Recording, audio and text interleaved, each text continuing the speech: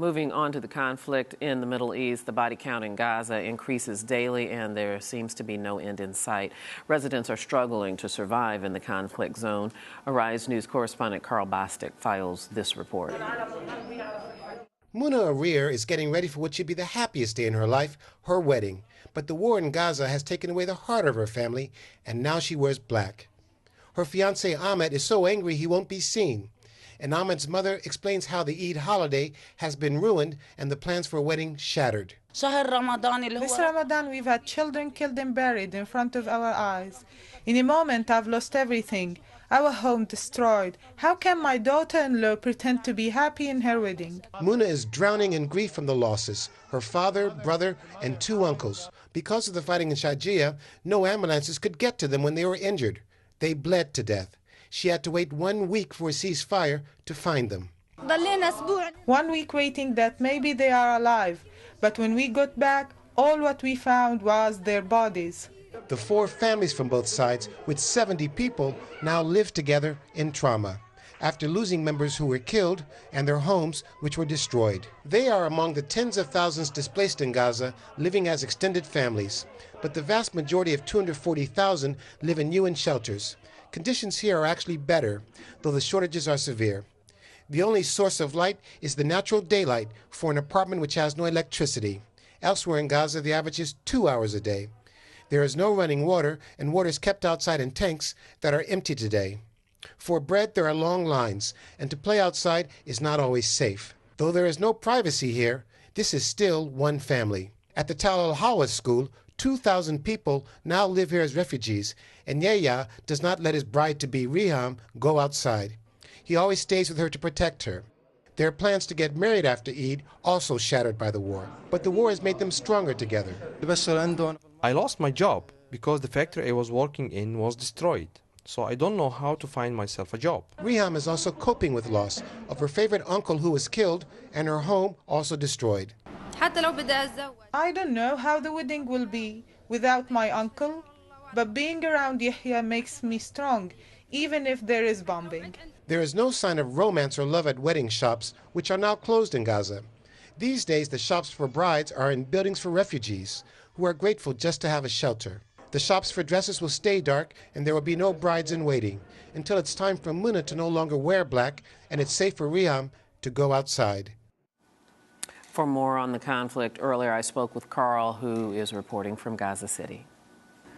Karl, just give us the update today. What's happened in the last 24 hours? Well, today's the 3rd and final day of the Eid holiday.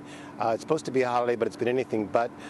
For this final holiday, in fact, there was a proposed humanitarian ceasefire, at least coming from the Israeli side. That was supposed to be only a 4-hour window, and it was unilateral because the Hamas side, they didn't accept it. 1, because they said they weren't consulted, and 2, because it was a ceasefire with a lot of caveats.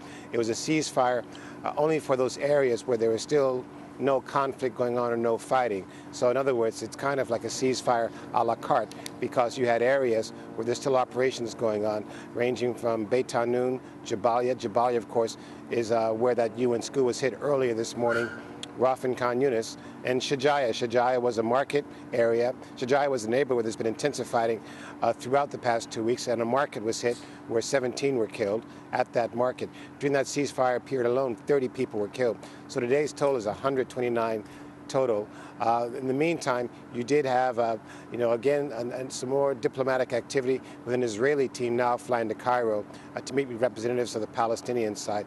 But again, it's a problem of neither side being willing to stop or end the fighting until they feel as though they can take away an achievement to present their own sides.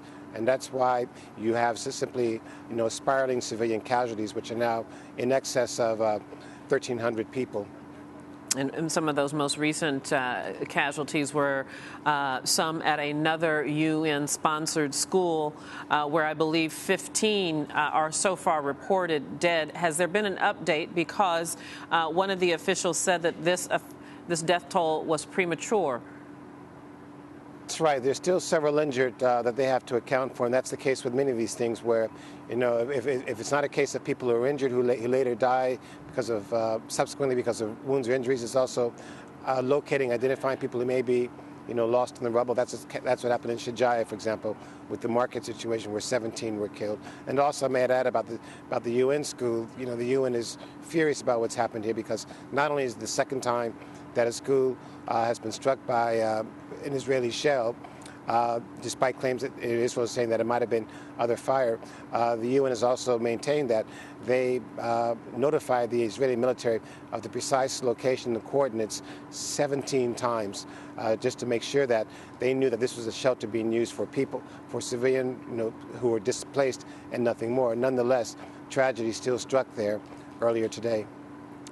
And, of course, Israel has said that they will not stop this campaign until they have destroyed all the tunnels that they allege Hamas has built into Israeli territory.